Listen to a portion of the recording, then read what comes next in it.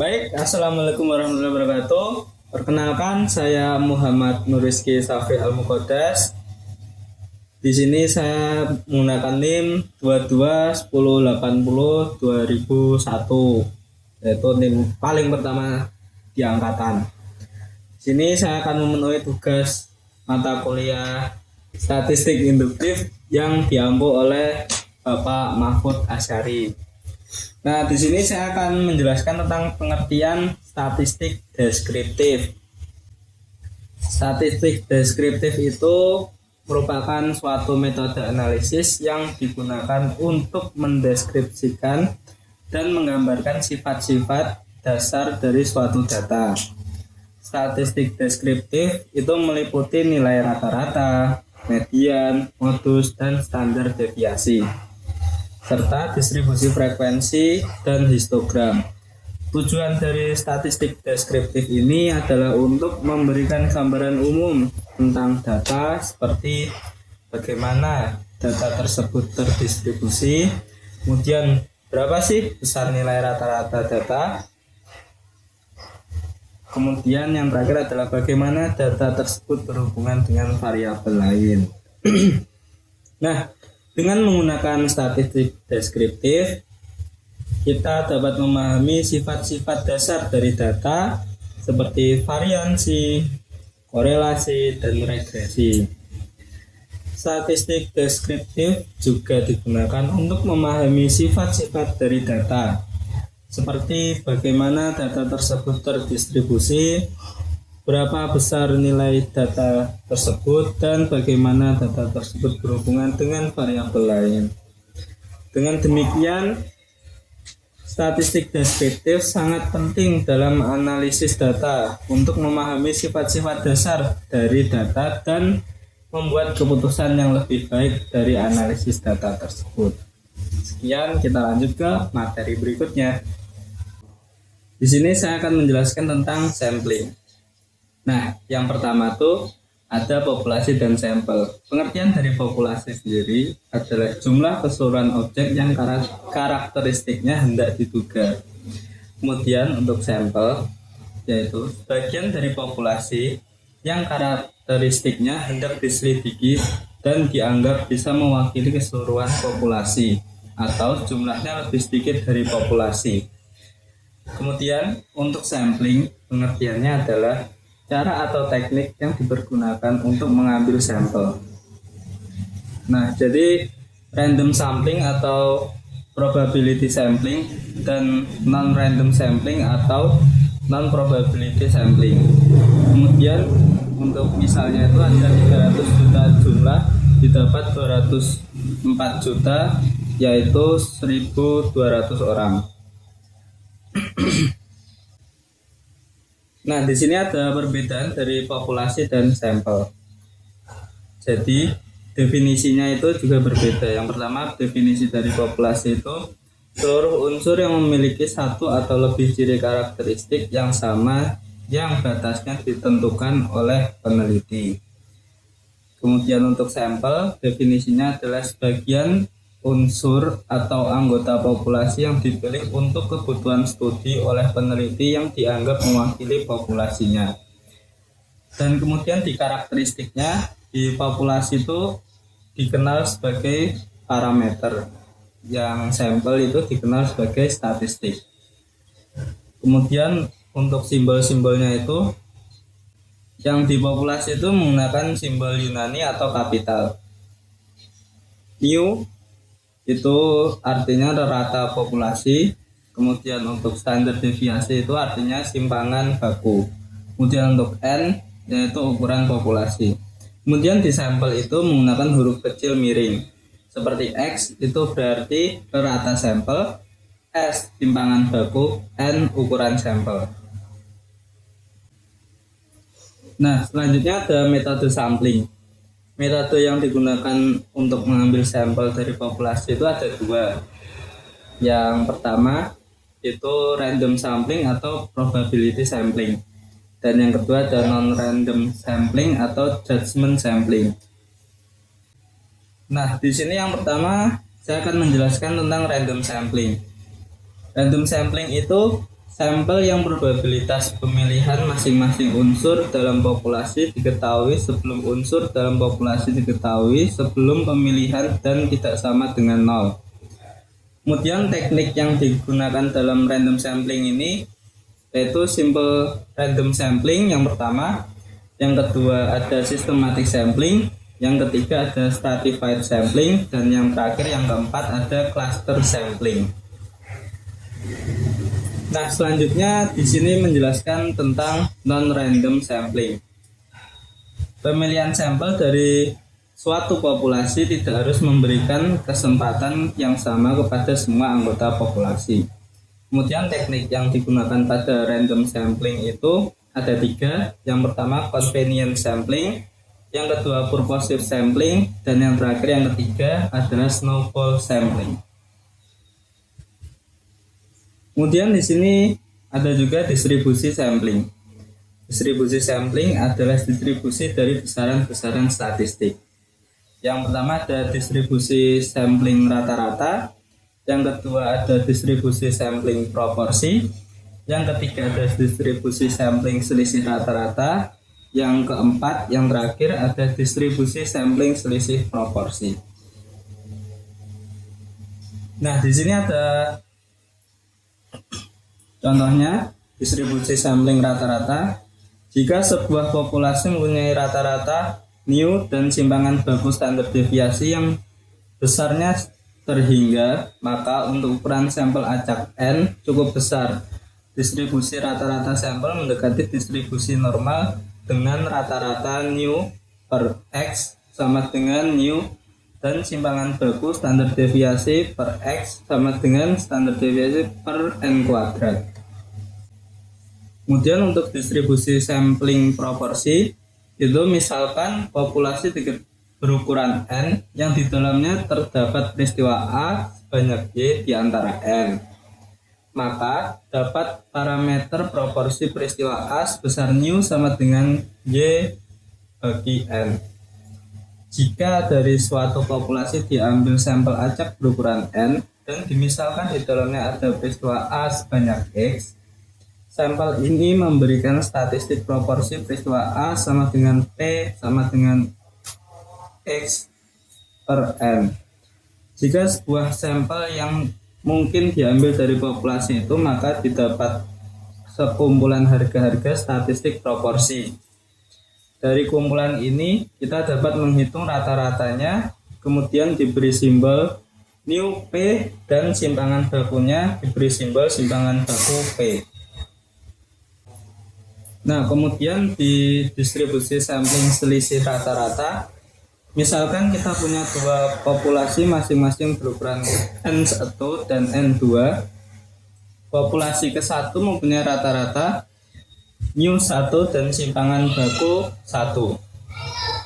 Sedangkan populasi kedua mempunyai rata-rata mu2 dan simpangan baku 2. Dari setiap populasi secara independen kita ambil sampel-sampelnya secara acak berukuran N1 dari populasi ke-1 dan berukuran N2 dari populasi kedua.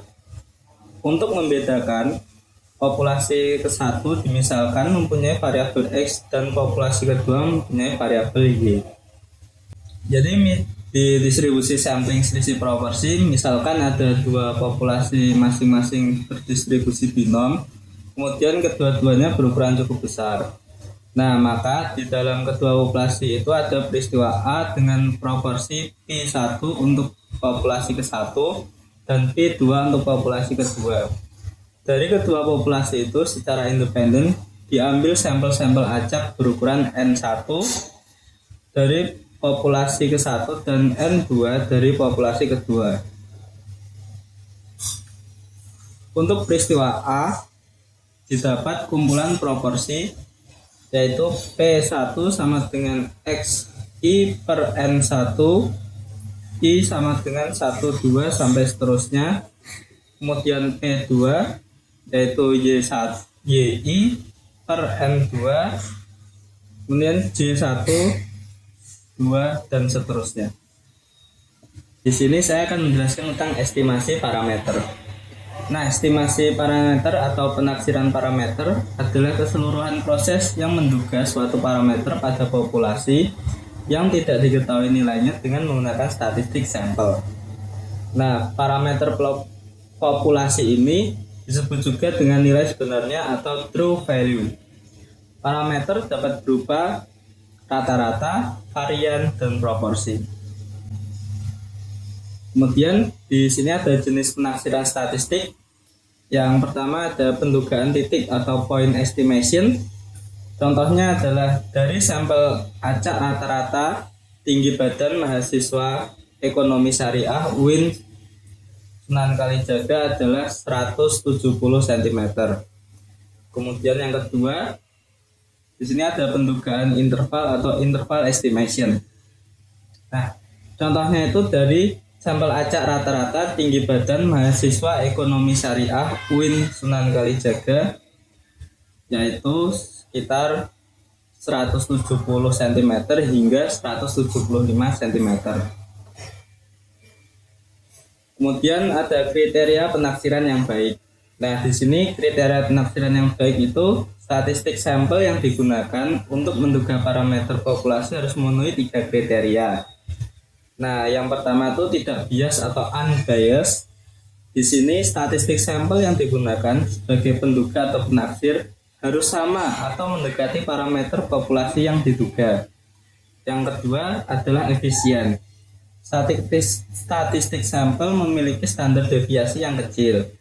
Yang ketiga konsisten. Nah, konsisten di sini yang dimaksud adalah ukuran sampel itu meningkat, maka statistik sampel akan semakin mendekati parameter populasinya.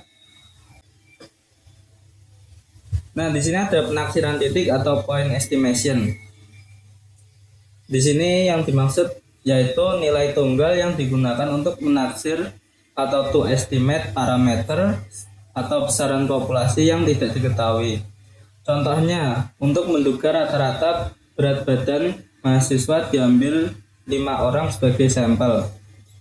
Yang pertama ada Kara 87 kilo, Farhad 85 kilo, Evan 98 kilo, Louis 83 kilo, Anita 77 kilo.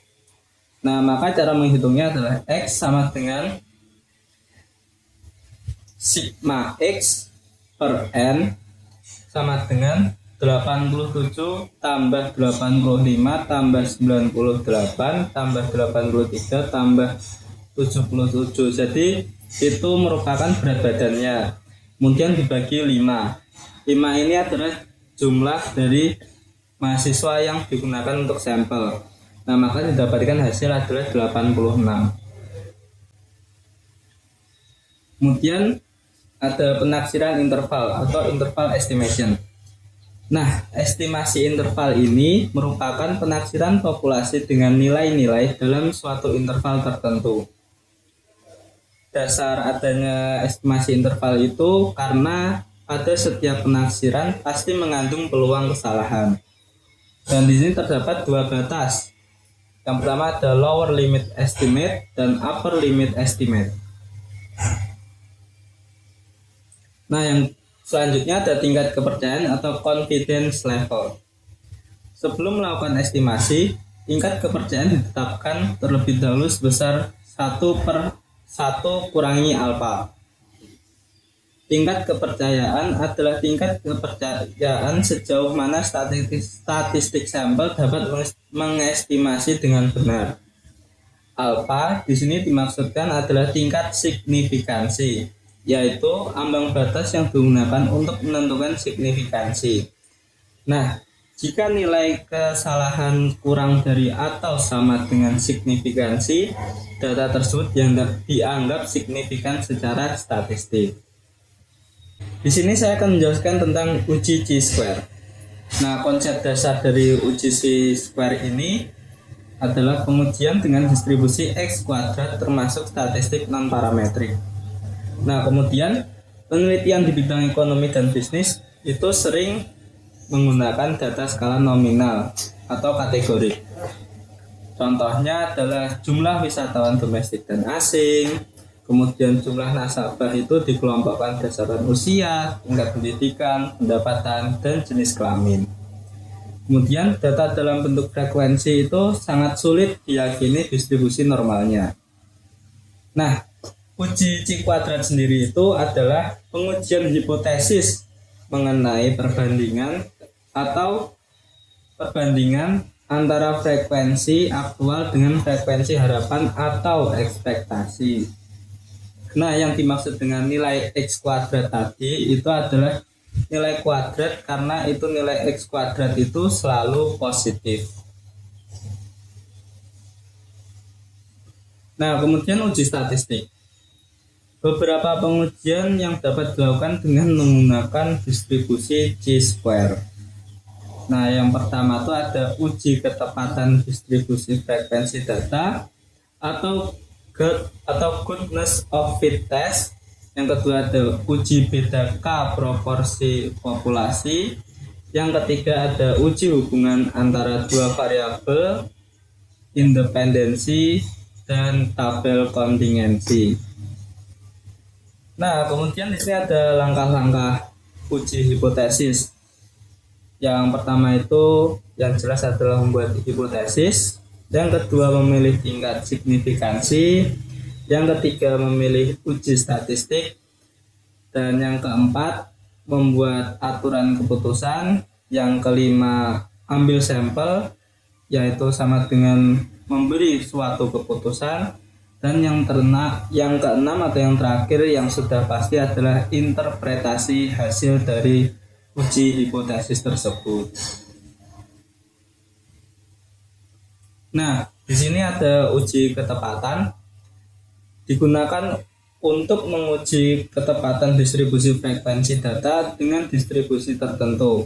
Misalnya merata, normal, binominal, atau distribusi lainnya. Contoh, HO itu distribusi frekuensi data adalah normal.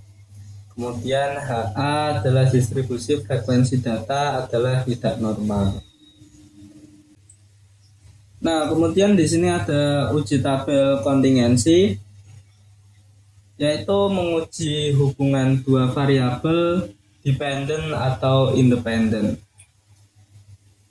Pengujian keeratan hubungan dua variabel itu menggunakan 2x2 dikategorikan 2 kolom dan 2 baris. Dapat juga menggunakan koefisien pi. Pengujian keeratan hubungan dua variabel yang menggunakan lebih dari 2x2 dikategorikan menggunakan koefisien kontingensi Pearson atau C atau Kramers I. Nah, sebagai contohnya adalah pi sama dengan akar x2 per n. Kemudian C atau kontingensi Pearson itu akar x2 per x2 tambah n. Dan kemudian ada V akar x2 per n kurung buka K min 1 kurung tutup. Nah, di sini ada contoh soalnya.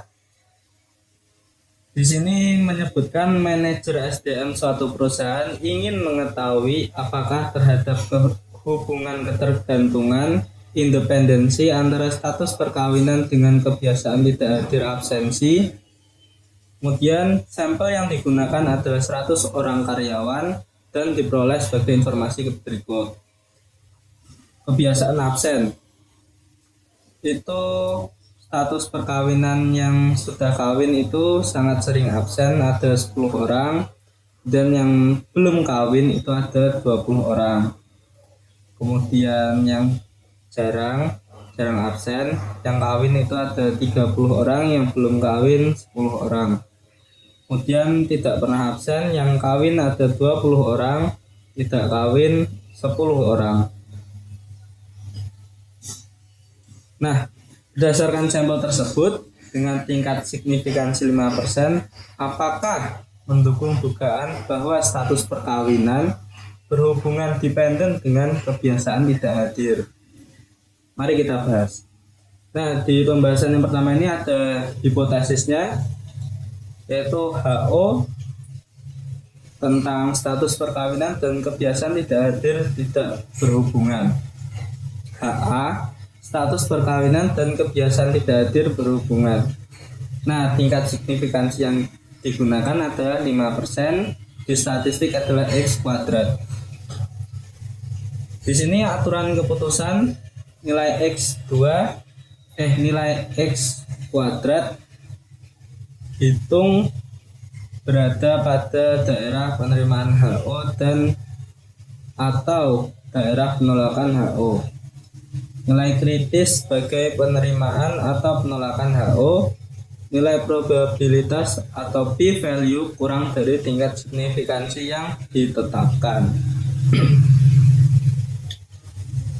Oke, lanjut pembahasan. Di perhitungan ini seperti yang ada di PPT ini. Nah, maka kesimpulannya didapatkan nilai hitung X kuadrat sama dengan 13,194 berada di daerah penolakan HO dan p-value lebih kecil dari tingkat signifikansi, sehingga keputusan pengujian ini adalah menerima HA, yang berarti terdapat hubungan antara status perkawinan dan kebiasaan tidak hadir. Sekian yang dapat saya sampaikan.